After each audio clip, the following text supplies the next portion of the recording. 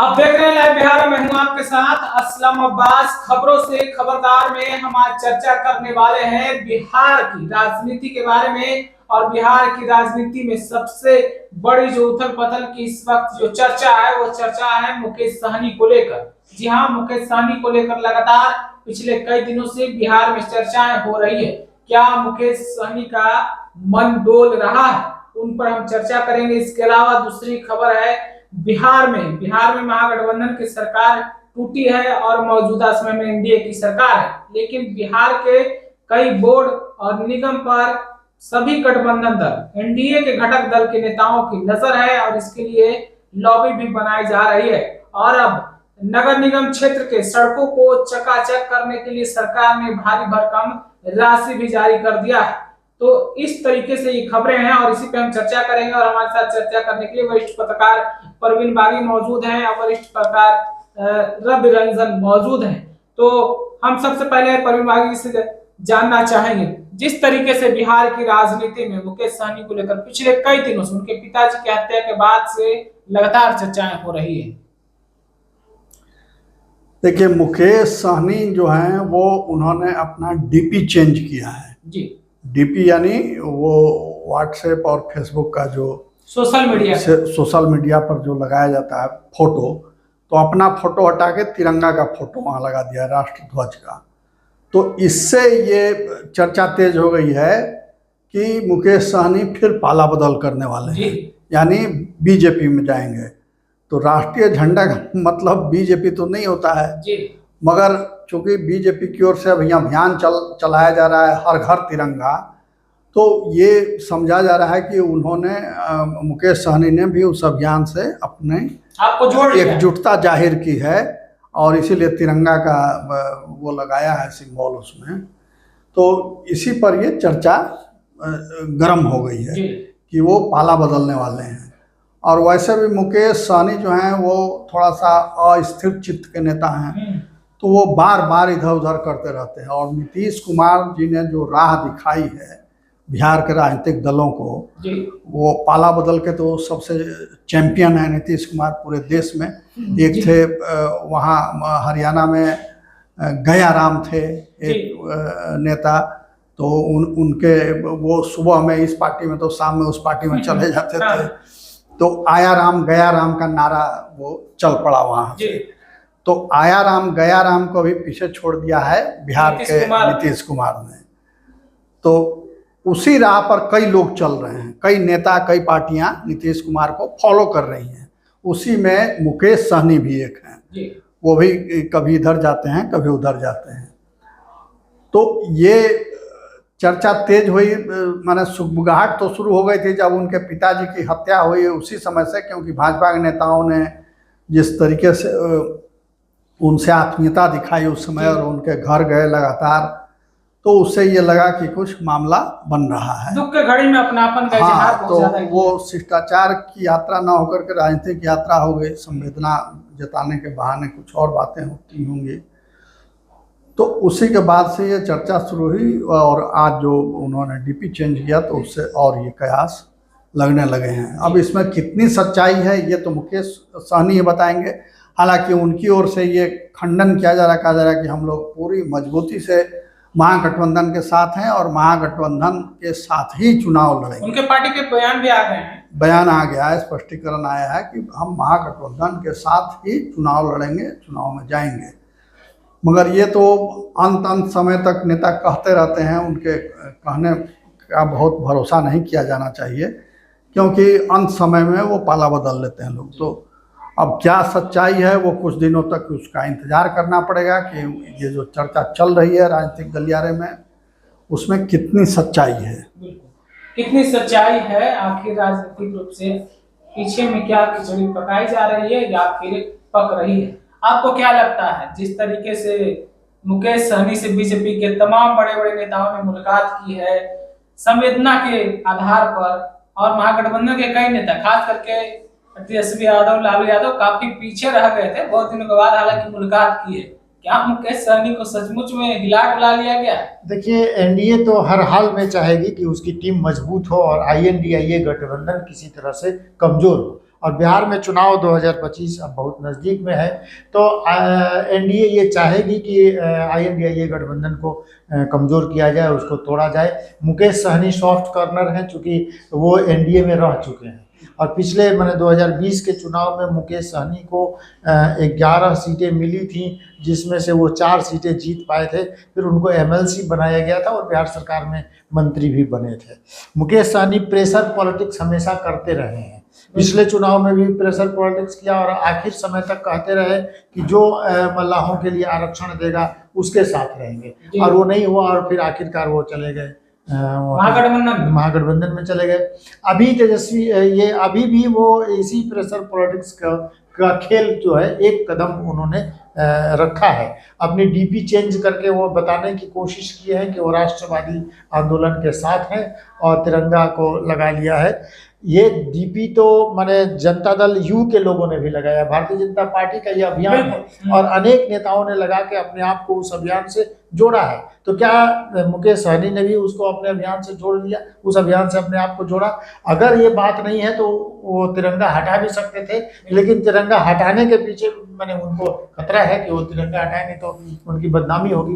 तो एक तो प्रेशर पॉलिटिक्स का एक हिस्सा है, वो कुछ अच्छा डील करेंगे और डील करके वो एनडीए में, चूँकि देखिए CPI, CPM, CPI ML, Congress, राष्ट्रीय जनता दल, अनेक पार्टियां, देखिए CPI ML का जनाधार बिहार में ज़्यादा है, तो वो ज़्यादा सीटें मांगी। कांग्रेस का डिमांड ज़्यादा है, वो ज़्यादा सीटें चाहता है। राष्ट्रीय जनता दल को अगर अपने तेजस्वी यादव को मुख्यमंत्री बनाना है तो ज़्यादा से ज़्यादा सीटों पर वो चुनाव लड़ना चाहेंगे। तो भाई मुकेश सहनी को क्या मिलेगा?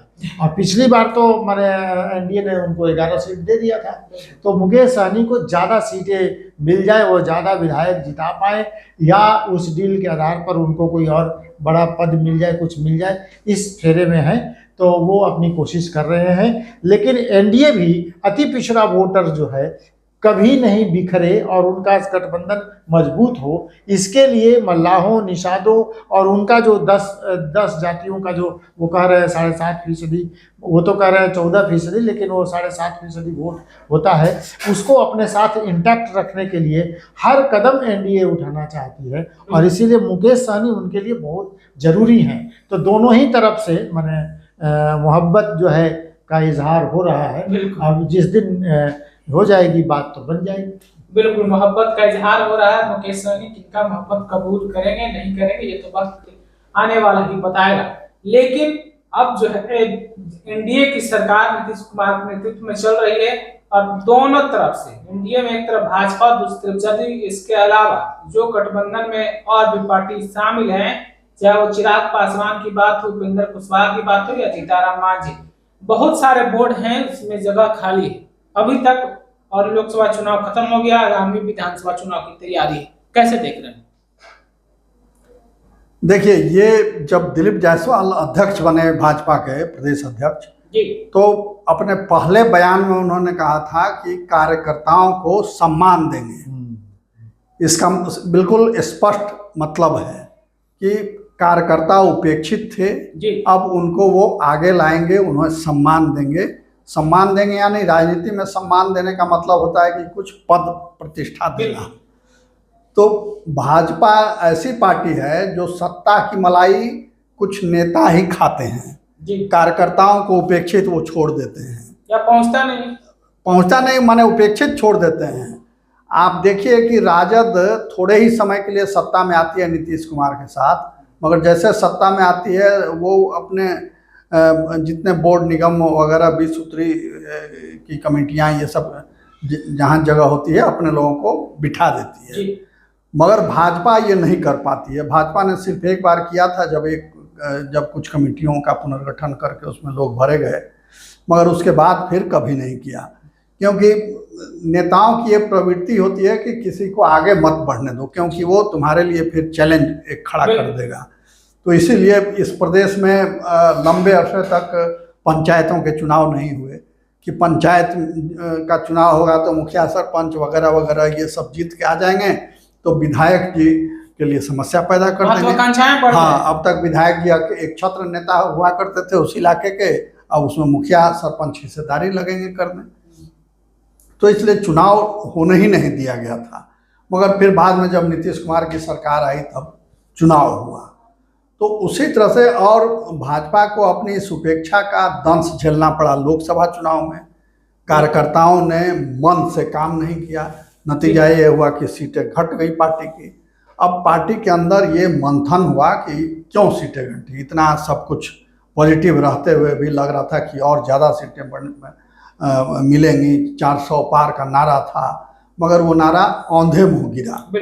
तो इसलिए ये कवायद हो रही है कि कार्यकर्ताओं को इस बार खुश किया जाए और उनको कहीं जगह दिया जाए। जैसे 20 सूत्र की कमेटियां बन गई पूरे जिले में, 38 जिले में बन गई हैं वो, और अब अगले चरण में जो प्रदेश स्तर पर बोर्ड, निगम वगैरह आयोग होते हैं, इन सबों को भरा जाएगा।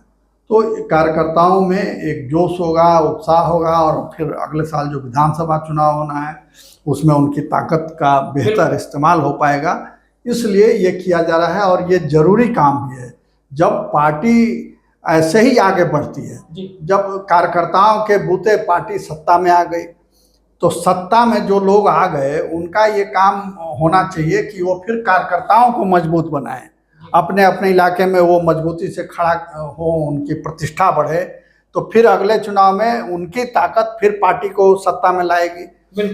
तो ये प्रक्रिया बाधित हो गई बीजेपी में, मगर अब पार्टी उसको फिर से शुरू करने जा रही है, तो इसका फायदा मिलेगा। और दूसरे की उस माध्यम से कुछ काम भी हो जाते हैं, जनता के काम भी हो जाते हैं। मंत्री और विधायकों तक तो पहुंचना थोड़ा कठिन होता है गांव के लोगों के लिए, तो इसलिए, और ये लोग जो हैं आसानी से मिल जाते हैं, उपलब्ध हो जाते हैं, तो इसलिए ये किया जा रहा है। बिल्कुल, इसलिए किया जा रहा है। बहुत सारे बोर्ड में जगह खाली है। आपको क्या लगता है, लॉबी अभी से जो तैयार हो रहा है, चाहे वो भाजपा, राजनीतिक महत्वाकांक्षा हमारे कार्यकर्ताओं को भी सत्ता में हिस्सेदारी मिल जाए, उसी की एक तरह से कवायद है। लेकिन जरूरी बात है कि जैसे एक जमाने में आप देखेंगे कि परिवहन निगम ध्वस्त हो चुका था, खत्म हो चुका था। राज्य में राज्य ट्रांसपोर्ट निगम की जो बसें थी वो जर्जर हालत में, आज भी कई डिपोज में आप देखेंगे सैकड़ों बसें सड़क के गल के खत्म हो गई, उसका कुछ नहीं हुआ। निगम अगर सक्रिय हो जाए, आयोग जो सक्रिय हो जाए, बोर्ड सक्रिय हो जाए, तो जनता के अनेक काम जो पड़े हुए हैं और ठंडे बस्ते हैं वो काम होना शुरू हो, काफी आसानी से। आप सोचिए अल्पसंख्यक आयोग, ये सवर्ण आयोग, ये जो निगम जितने हैं, ये सारे बोर्ड और आयोग अगर सक्रिय हो जाएंगे तो सरकार का काम भी आसान होगा। और सत्ता का जो विकेंद्रीकरण जिसको कहते हैं, अब आप दूसरों को भी जिम्मा सौंपिए। जो नए कार्यकर्ता हैं, जो पुराने, जो राजनीति में हाशिए पर हैं, उनको भी जिम्मेदारी मिलेगी, तो अपने आप को वो दिखाएंगे कि हम ये कर सकते हैं और वो काम करेंगे, तो सरकार का काम भी आगे चल पड़ेगा। लेकिन संसाधनों की कमी और सत्ता में दूसरे लोगों को भी शामिल करने की जो वो ये जो चाहत है कि वो नहीं चाहते हैं सरकार के लोग कि दूसरा कोई भी इसमें शामिल हो, उसके कारण ये काम पड़ा रहता है। अभी पिछले दिनों देखिए कैबिनेट, पिछले पहले कैबिनेट के बैठक में मुखिया लोगों की उनकी शक्ति को कम कर दिया, उसको कम कर दिया, कहा कि ये 15,000 या 15 लाख रुपए से अधिक का काम ये नहीं करा सकते, उनको सरकार से। भाई वो मुखिया जो है वो अपने पंचायत का चीफ मिनिस्टर है, उसको काम करने दीजिए। आप कैबिनेट में बैठ के फैसले लेते रहेंगे तो मुखिया और सरपंच और ये सब किस लिए बना के रखे हैं? नगर निगम के लिए भी सरकार ने पैसा लिया, वापस लेना पड़ा, तो ये लेना पड़ा था। तो इसलिए सरकार को ये, अभी तो सरकार फिलहाल 2025 के इलेक्शन को ध्यान में रख के बोर्ड निगम को भरेगी कि कार्यकर्ताओं को उनको सम्मानित किया जाएगा, उनको कुछ सत्ता में हिस्सेदारी मिलेगी तो वो अपना लग भिड़ के काम करेंगे। लेकिन ये जो काम पहले होना चाहिए था, आप वो करेंगे तो सरकार का काम आसान हो जाएगा और लोगों तक सरकार पहुंच पाएगी। तो ये जरूरी काम था जो बहुत देर से शुरू हुआ। बिल्कुल जरूरी काम था, बहुत देर से शुरू हुआ है। अब जो है बिहार में शराबबंदी 2016 से लागू है, लेकिन शराबबंदी जो है सफल होने का नाम ही नहीं ले रहा। ऐसा मैं इसलिए कह रहा हूँ कि एक तरफ पूरी पुलिस प्रशासन लगी हुई है, लेकिन हर दिन नए नए कारनामे निकल कर सामने आते रहते हैं। और कुछ इसी तरीके की घटनाएं सहरसा से हुई है ना। शराबबंदी, बड़े बड़े अधिकारी आए और चले गए, शराबबंदी वही। हाँ, वो ये घटना सोनबरसा की है। सोनबरसा में 2 दिन पहले शराब पकड़ा गया रात्रि गश्ती में। एक स्कॉर्पियो, नई स्कॉर्पियो, हरियाणा का नंबर था उस पर, उसमें शराब भर के ले जाया जा रहा था। चेकिंग में पकड़ा गया। जब पकड़ा गया तो थाने के हवाले कर दिया गया और सब उसकी गिनती हुई, कितना बोतल था, क्या था, ये वीडियोग्राफी भी हुई, उसमें गाड़ी का नंबर, गाड़ी का रंग रूप, ये सब रिकॉर्ड हो गया। मगर सुबह जब फिर उसकी जांच पड़ताल हुई तो पता चला कि गाड़ी बदल दी गई है। गाड़ी बदल दी गई, नंबर वही है, नंबर प्लेट ओरिजिनल गाड़ी का उखाड़ करके किसी दूसरी गाड़ी पर लगा दिया गया था और शो किया गया कि यही गाड़ी पकड़ी गई है। तो ये उसमें कई लोगों ने देखा था उस गाड़ी को, तो हल्ला हुआ कि भाई गाड़ी बदल दी गई, गाड़ी बदल दी गई। तो फिर एसपी तक बात पहुंची। एसपी ने डीएसपी को जांच के लिए कहा और जांच में डीएसपी ने पाया कि सचमुच गाड़ी बदली गई है, तो थानेदार को सस्पेंड कर दिया गया है वहाँ। तो कहने का मतलब ये है कि बिहार में पुलिस पर आरोप रोज कुछ न कुछ लगते रहते हैं, मगर और बिहार सरकार के स्तर पर, विभाग के स्तर पर, डीजीपी के स्तर पर, सब जगह से ये प्रयास होते रहते हैं कि पुलिस ज़्यादा चुस्ती दुरुस्ती के साथ काम करे, जनता के प्रति कमिटमेंट उसका बढ़े और अपराधों पर नियंत्रण हो। मगर पुलिस में कुछ लोग ऐसे हैं जो अपनी हरकतों से बाज नहीं आते हैं और वो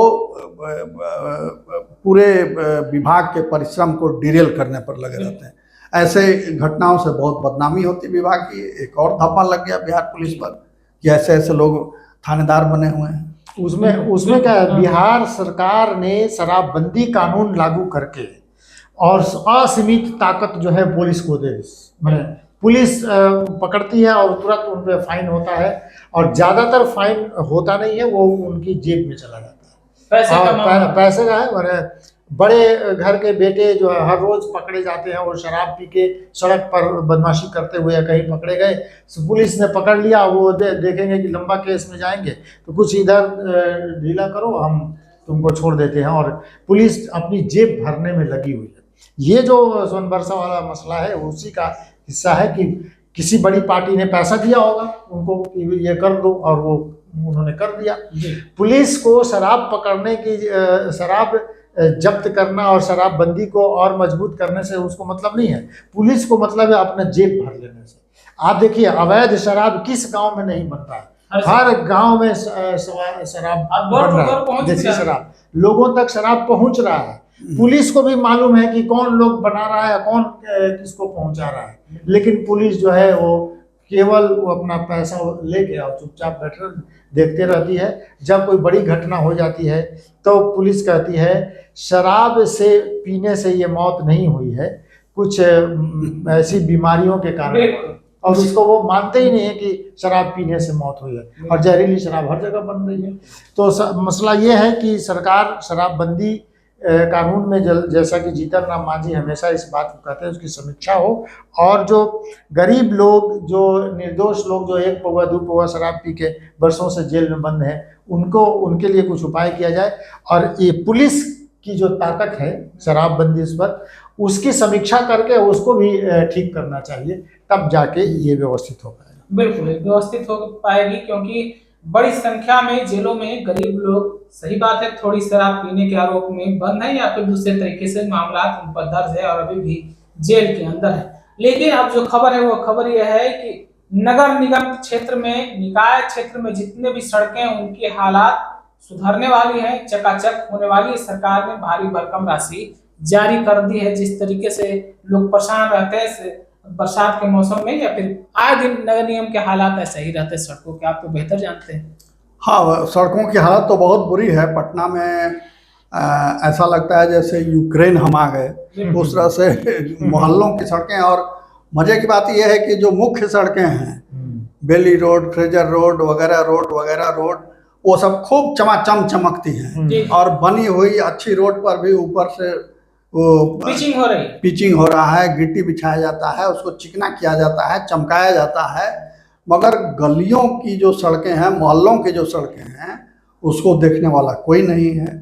तो एक पुरानी कहावत बिहार में थी कि ऊपर से फीट फाट, नीचे से मुकामा। तो वही पटना के मोहल्लों की सड़कों पर ये उक्ति चरितार्थ होती है। अब इसके बारे में ज्यादा बताएंगे रवि जी की नहीं, उसमें बिहार की सरकार ने, पथ निर्माण विभाग के मंत्री ने, नितिन नवीन ने आज 120 करोड़ रुपया जारी किया है कि नगर विकास विभाग के मंत्री 120 करोड़ रुपया दिया है कि जो सभी अंचलों में गंगा नमामि गंगे योजना के तहत और ये जो है नल जल योजना के तहत नली खोदने के लिए, और गलियों में जो खोद दिया सड़क और फिर उसको वैसे ही छोड़ दिया, और हर जगह मेन होल खुला हुआ है, और सड़क पर माने जगह जगह गड्ढे हैं, माने एक कदम चलना मुश्किल है। अगर आप बाइक से चल रहे हैं तो आपका हड्डी जो हिल जाएगा, उस टाइप से ये पटना की सड़कें हैं। मुख्यमंत्री ने इस पर चिंता जताई है कि सड़कों को जल्दी से जल्दी ठीक किया जाए, लेकिन मुख्यमंत्री क्या चिंता जताएंगे? अभी 3 दिन पहले यहाँ उसको इंदिरा रोड कहते हैं, जो भी जमुना अपार्टमेंट वाली गली में मैंने देखा एक सड़क की ढलाई हुई 3-4 दिन पहले, और एक दिन बारिश हुई और दूसरे दिन से वो गिट्टी उखड़ के वो मैंने 1 करोड़ रुपया 1 किलोमीटर बनाने के लिए सरकार ने जो अभी पैसा जारी किया है उसके हिसाब से लगभग 1 करोड़ रुपया 1 किलोमीटर सड़क बनाने के लिए, लेकिन वो पैसा कहाँ जा रहा है? और गिट्टी और बालू केवल वहाँ रख के, और ठेकेदार इंजीनियर सब फरार है, क्योंकि उसको पैसा कहाँ तक पहुंचाना है। तो हर कोई उसमें शामिल है, क्योंकि कोई देखता क्यों नहीं? सड़क बन गई तो उसके बाद उसकी जांच होगी कि नहीं, बिल क्या पहले ही पास हो जाता है या जांच करके पास होता है, ये कोई पता नहीं कर रहा। ये 120 करोड़ रुपया एक बार फिर ये बरसात के पानी में बह जाएगा, और फिर अगले साल सरकार फिर कहेगी कि आज। दूसरा है कि कोई योजना नहीं है। आप एक आता है वो कहता है कि हम गैस पाइप बिछा रहे हैं, वो कोड़ के चला गया। फिर एक दूसरा आएगा वो कह रहेगा कि पानी वाला पाइप बिछा रहे हैं, वो कोड़ के चला गया। भाई एक बार कोई आप ऐसा क्यों नहीं योजना बनाते हैं कि एक ही बार एक बड़ा होल बना लीजिए जिसमें हर तरह का पाइप, हर तरह का वायर जो भी ले जाना है उसमें ले जाइए, और एक बार बना दीजिए कि हर रोज एक नई योजना आती है और उसमें सड़क खोद देते हैं और फिर उसको लोगों को गिरने मरने के लिए छोड़ देते हैं। तो अब बिहार की सरकार ने ये चिंता जताई है कि बिहार सड़कों गलियों को ठीक किया जाए, तो अब उम्मीद कर सकते हैं कि वो ठीक हो जाए। और ये भी देखिए 1 साल के बाद ये अलॉटमेंट हुआ। हाँ, 1 साल से अधिक समय से सड़कें एकदम बदहाल ऐसे ही पड़ी हुई, मगर किसी का ध्यान नहीं कि अब मानसून आ गया, मानसून के बाद मान लीजिए काम शुरू होगा, फिर उसके बाद चुनाव का हल्ला शुरू हो जाएगा। तो ये कार्यकर्ताओं को ऑबलाइज करने के लिए ये किया जा रहा है। काम कम, पैसे का बंटवारा ज़्यादा होगा। जो रूलिंग पार्टी के कार्यकर्ता हैं वो ठेका लेंगे गलियों का, मोहल्लों का, सड़कों के मरम्मत का, और उसमें आधा काम आधा पॉकेट में, यही होगा। इतने जो पुल पुलिया बिहार में अचानक धड़ाम धड़ाम होने लगे, उसकी वजह क्या थी? वजह यही थी कि वो अधिकतर ग्रामीण कार्य विभाग और पंचायत के द्वारा और किसी विधायक फंड से बनाए गए थे छोटे छोटे पुल पुलिया, जिसमें कोई टेक्नोलॉजी का ध्यान नहीं रखा गया, गुणवत्ता का ध्यान नहीं रखा गया। जो बनाने का तरीका है उसको सही में अमल में नहीं लाया गया, तो इसलिए वो धड़ाम हो गए सब। और मोहल्ले की सड़कें भी उसी तरह बनती हैं। ये ऐसे लोग ठेकेदारी करते हैं जिनको सड़क बनाने का या सड़क की मरम्मत का कोई तकनीकी ज्ञान नहीं है, वो सिर्फ पैसा लेने के लिए उनको ये काम दिया जाता है। आप देख लीजिए कि जितना काम होगा वो सब पॉलिटिकल पार्टी के वर्करों को वो ठेका मिलेगा काम करने का, और कोई जांच पड़ताल नहीं, कोई ये नहीं। तो ये पैसा समझिए कि उनकी जेब में जाने वाला है। बिल्कुल, तो इस तरीके से धांधली होता है, या फिर कहें कि कार्यकर्ताओं की जेब जो है भरी जाती है। लेकिन पैसे आ गए हैं, उम्मीद कर सकते हैं आप कि शहरों की सड़कें या फिर नगर निगम, नगर पंचायत, नगर निकाय की जितनी सड़कें हैं वो सुधर जाएंगी, जो टूटी फूटी है वो बन जाएंगी और लोगों को तकलीफें कम होगी। आप अपनी राय और प्रतिक्रिया क्या रखते हैं कमेंट में हमें जरूर बताइएगा। तब तक के लिए आपका बहुत बहुत शुक्रिया।